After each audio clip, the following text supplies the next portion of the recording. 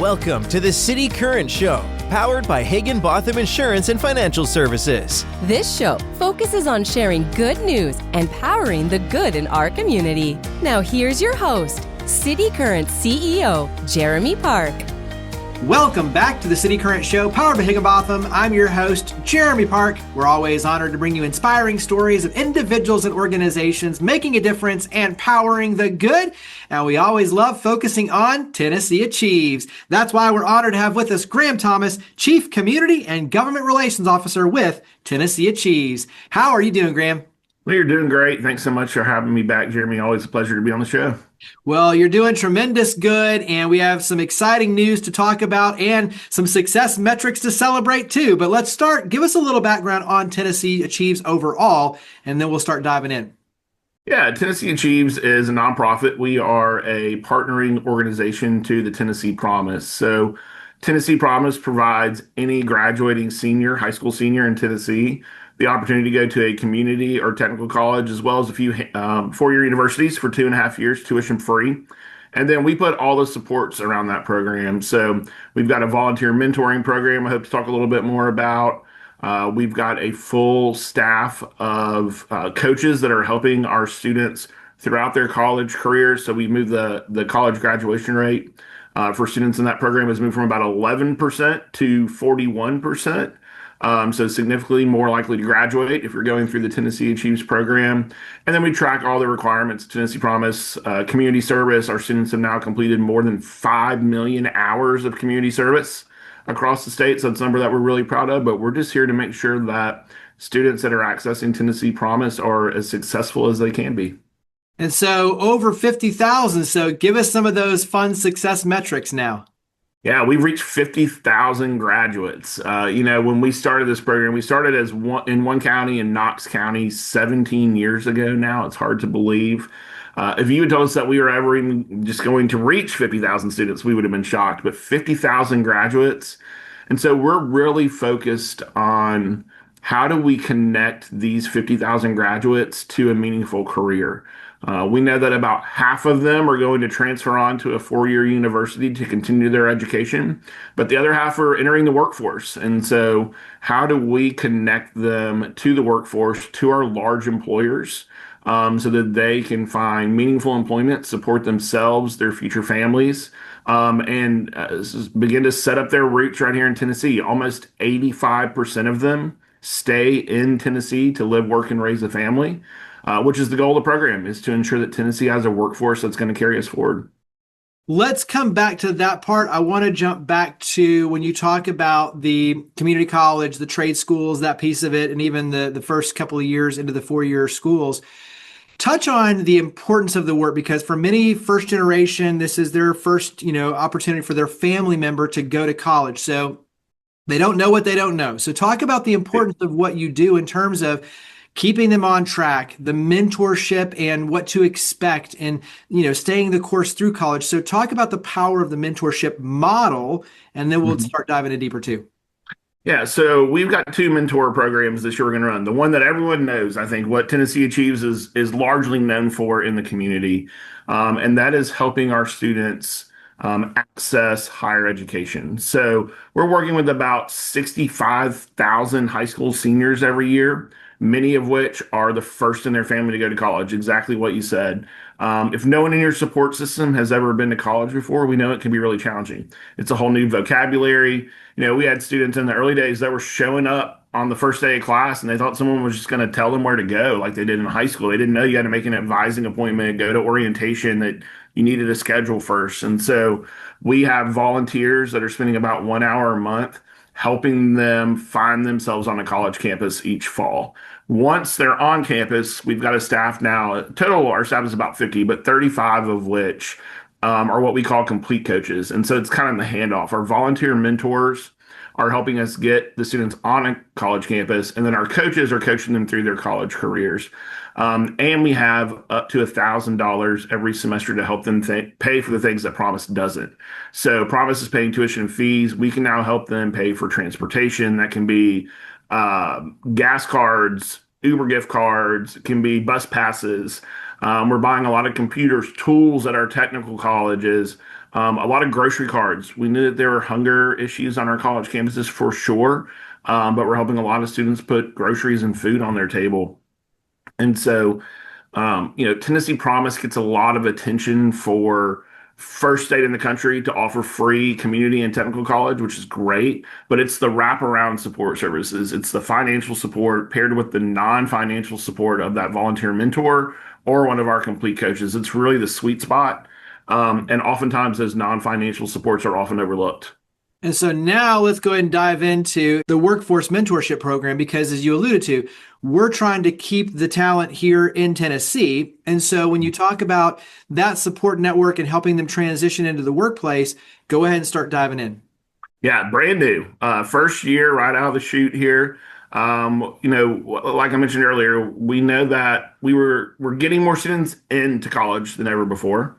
Students are graduating at a higher rate than ever before. And so the part that we were missing is how do we connect students to that meaningful employment? And so this year we are launching a workforce mentorship. So volunteers, again, about 1 hour a month, we're going to pair volunteers with students in their field, and try to help connect them to their first job. And so it's going to be a lot of those, job search tips, resume building, interview skills, and then using your expertise, right? If you are a nurse and we have a student that wants to be a nurse, you probably know where to look. You probably know what people are going to ask in interviews. Even if you get a student that maybe isn't in your exact career field. My parents, for example, they're kind of forced to mentor every year, that forced volunteerism, right? And my dad was like, Amy, what if I get a student that isn't in the career that I'm like, Dad, you will know someone that's in that career, right? And so we're going to do our best that we can to match you up. But really, it's helping bridge that gap from higher ed to your first job.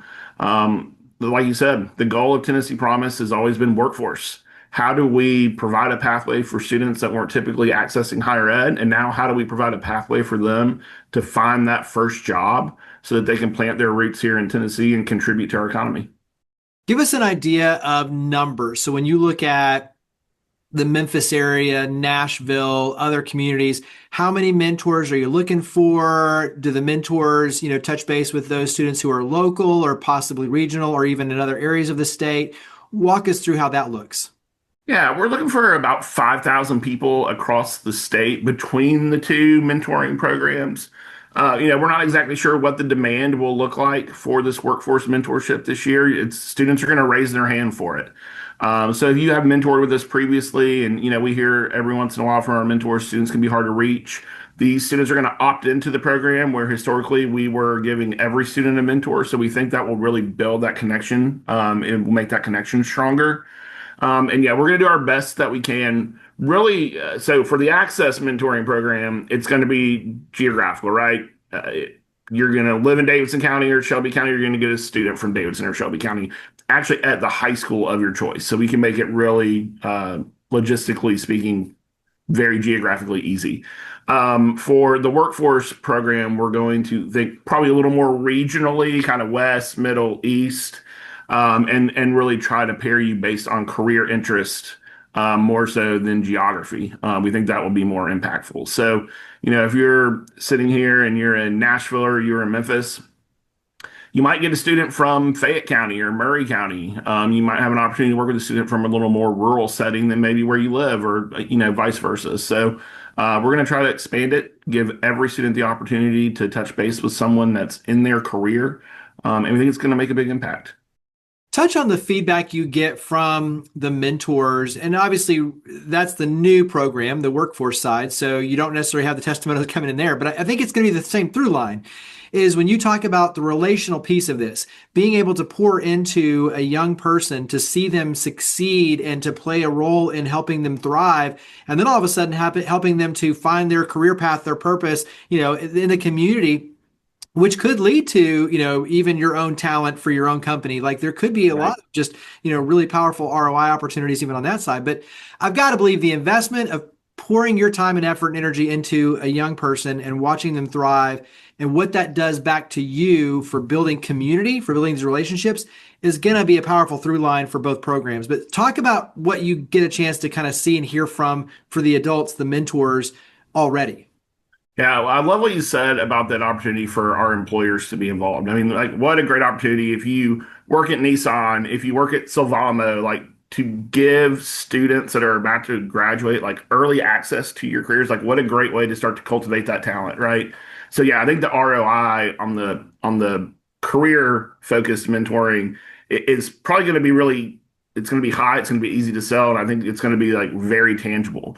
But on that access mentoring that we've run for 17 years now, I mean, what we've learned is it's just a little bit of time. And that's what we hear from our mentors is that oftentimes they're working with students and, they don't even necessarily know what questions to ask. You said earlier, you don't know what you don't know.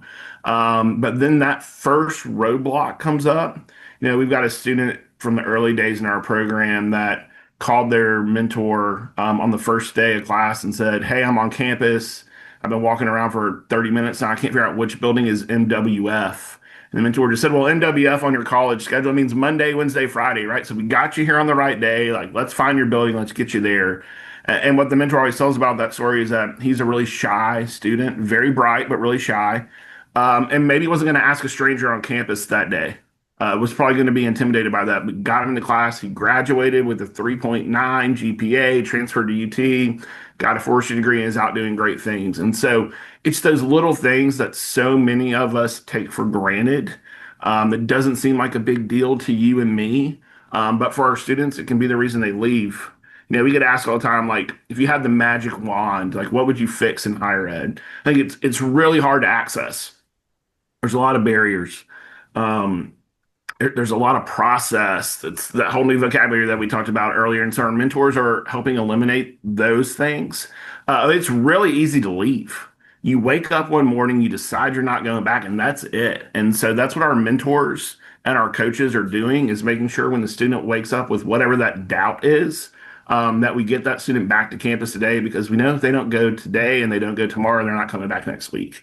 And if that's the case, then a semester or half a semester of higher ed doesn't mean a whole lot. But it's just helping with those tiny little things that for most of us, it's not a big lift, and we only need 1 hour a month. So carry that into how can the community get involved and support your efforts with Tennessee Achieves? And so you're talking about 1 hour a month, but when you talk about, okay, what is that next step? How do I sign up? Where do I go? What sort of training? Like, go ahead and start diving into how can the community help support your efforts? Yeah, the nuts and bolts. So tnAchieves.org. There's a tab at the top of the website that says, "I want to become a mentor." You go in there, you can select which mentoring program that you are interested in, and it'll ask you some follow-up questions so that we can pair you correctly, whether it's geographical or career interest based on your interest there. The form is quick, it is easy. As long as you can pass the background check, you're in the system. There is an online training. It is a webinar. It is recorded. You can watch that at your convenience. And then you'll start working with students at the beginning of the year. So depending on which program you're going in, you'll start helping to get students on campus, or you'll start working with students that are about to graduate, thinking through what those next steps look like. And then we have a full staff here that is here to support you. You get all of our personal cell phone numbers. I'm about to give it to you, so anyone that's listening to this can call and ask me. But what we know is that if you're calling or texting me at 7 o'clock on a Tuesday night, it's because a student has called or texted you at 7 o'clock on a Tuesday night. And so we're constantly providing updates and webinars about whatever is going on. You get an email from us every single week with kind of what's happening this week and this month. And then you have access to our staff at all times. So if you do have questions, my phone number is 615-604-1306. Can call, and I'm happy to answer any questions that you might have. And you're going to find that you're supported by our team throughout your entire volunteer experience. When you look at some of the big goals, as you mentioned earlier, you never would have thought, 50,000 students on one side, but now when you look at the workforce side of this, the mentorship program, what are some of the goals for that program? I think it's making sure that students are finding a career and finding a first job that allows them to support themselves. And I think it's also our mentors are going to be able to provide some guidance that they may not be getting at home, not because parents aren't invested and parents don't care, but because it's a new experience for the whole family. And so you've earned this college credential. You have a degree. Now, like, let's make sure that you're putting it to work. And I think there's even going to be some opportunity for mentors there to talk to students about like what their credentials are. We know that there are certain credentials that if you go and get a 2-year degree, it may not lead to like a much, the outcome may not be a whole lot different. And so our mentors do have an opportunity to kind of help. We don't ever want to steer a student away from what their passions are, but thinking about, okay, with this 2-year degree, like is going into the workforce now, or maybe transfer and stacking on top of it. And so I think the outcomes there for individual students to find more meaningful employment and, ultimately make more money to support themselves. We'll be tracking all that and we'll be able to report it back. Yeah, and I think that's going to be some great storylines, and all of that helps lift Tennessee. So awesome stuff. Go ahead and wrap up one more time because you never can say it enough in the world of media, but website, social media, where do we go to learn more and get involved with Tennessee Achieves? Yeah, absolutely. tnAchieves.org. All of our social media, we've got Facebook, Twitter, all of them. I don't have all of them. There's the 2 that I think I personally have. Instagram, we've got that. I don't have that, but it's all at Tennessee Achieves, at tnAchieves. We're constantly sending updates out there. So appreciate the opportunity to come and talk a little bit about this new mentoring program. And so appreciative of your partnership over the years. You guys have always been so supportive, and we couldn't be more grateful. Well, Graham, thank you for all you and your amazing team do to power the good. Thank you for coming on the show. Absolutely. Thanks for having me. Higginbotham Insurance and Financial Services is proud to power the City Current Show. We're a people-first company that protects what matters most, the families, businesses, and trailblazers that keep our community going. As one of the nation's top independent insurance firms, Higginbotham is a single-source solution for business insurance, employee benefits, HR services, and personal insurance that's customized for you. We're here to serve you, the people you care about, and your community. Call 866-377-1959 or visit higginbotham.com.